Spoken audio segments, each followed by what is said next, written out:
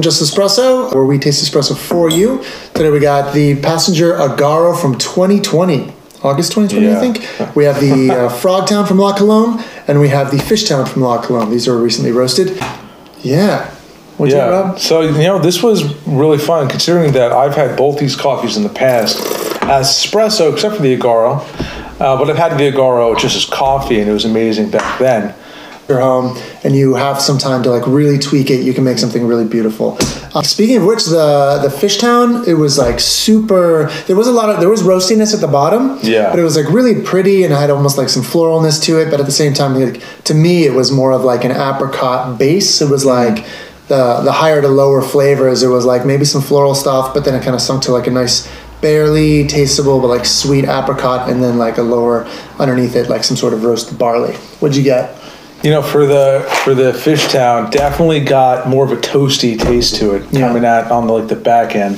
I felt like the acidity was super subtle. It wasn't like in your face punching you, but it was it was more sweet than acidic. Which we've both tasted this coffee like crazy acidic before, so that's kind of not we weren't expecting that so much.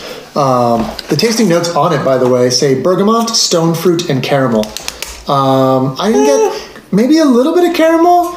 Bergamot's interesting. I'm not that familiar with bergamot. Are you familiar? That's like that's Earl Grey. It's Earl Grey. And I guess sort of that could maybe be what I was getting with the roastiness. Maybe with the like the one I was saying, like roasted barley, toasted barley. Like maybe that's that bergamot sort of like lilt or something. I don't think I really got bergamot per se, but kind of there.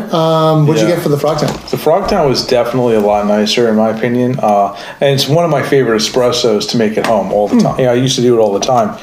And for that one, what I get? I got lime, sweet, but really caramel, nice body, super smooth. Yeah, I got no roast at all. Like no roast at all for Frogtown. Not at all. But like sort of yeah, but like a sort of a peachy. It was like a peachy, pretty. I'm really bad with peach generally, but it's like I'm kind of thinking that maybe that's what that was. That was kind of that just tasted so nice and kind of not crazy sweet. Not crazy sweet, no, but really clean, really good clarity. But on the box it says marzipan, cacao, and hazelnut. Maybe the hazelnut, because hazelnuts are sort of mild, Maybe that leads into sort of like the caramel stuff. I wasn't really getting so much of that, though, to be honest. Like, hazelnut, not really. Marzipan, that's like an almond kind of thing. Not really so much either. Yeah. What was the other one it said? Stone fruit? No, it said cacao. Cacao, yes. As in like chocolate. So like raw chocolate. Maybe a little. I don't know. It was nice though. It was super nice. It was good. Like maybe like not so much maybe the raw chocolate, like without any sweetener at all, but like not overly roasted or anything like that. Sort of center of sweetness. Maybe you can see that. And then the Agaro. But now the star of the show, coming from a blast from the past, August 2020, y'all, in the pandemic. During that, it's not quite the shutdowns. After like we kind of opened up again, but we're shutting it back down again soon. Like.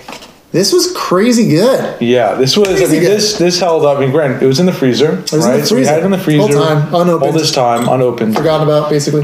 And it definitely tastes like it's a little older. Like it's got some age to it. But it's so nice, and there's nothing wrong with that. I don't think like tasting the age, man. It's like just pretty. Maybe I think like a. No, I think of actors and actresses and like how they get, and it's like no, that's not. No. I think for me it's like it's really floral forward. It's that like chamomile citrus forward, and then there's like the back end is smooth, almost full bodied acidity. Yeah, so I can see the chamomile. I think I see the chamomile. I don't get so much citrus. There's not really, though. I do think if you pull this can be crazy acidic for you. Yeah. But the jackfruit is what I mentioned before. Like some that sweetness has this interesting, which often tends to come very Ethiopian. Like it's almost like a fermented plum, but like nothing crazy, nothing like it's just a different sort of plum. Which is why I'm saying like. Jackfruit, because it's, or you said pineapple. I said pineapple. It almost feels like pineapple in my gums. Yeah. I would say like a mix between pineapple and plum, but maybe with some sort of like a mustiness, something in there to make it a little more funky. Just a little funky, yeah. But man, this was like maybe like a scraping of like the rind of a grapefruit or something to spice it up and get it weird. I don't know, but this is woo. I mean, yeah, we're still drinking this, and like I don't care. Yeah, I was like, the beans kind of looked weird because they've been frozen for so long. They were like kind of gray, and I was like, I don't know. And I was expecting like this to be over. I think when I was the initial recipe I was making with this in 2020, I remember just being overpoweringly like citric, like just like in my face, vomity almost, and it's beautiful. Yeah, definitely. Like if you're gonna make this at home, it's a sipper. It's a sipper. Yeah. You're probably not going to want to give this to everybody. This is definitely special. And, I mean, it's perfect for Valentine's Day. This is a really Valentine's Day flavor. I would say that, yeah. This is a great, you pair this with a bouquet of roses, a box of chocolates. Just make sure you pull it nice and long. Otherwise, you get that. Make sure you don't get that vomity taste. Don't get the vomit. Yeah, that's the thing. This could go wrong. And if it tastes like vomit, that's the wrong direction. Pull it longer. Maybe decrease your dose. Definitely like espresso recipes, they're going to vary in part based on the beans you're using. Yeah. As well as how they're roasted.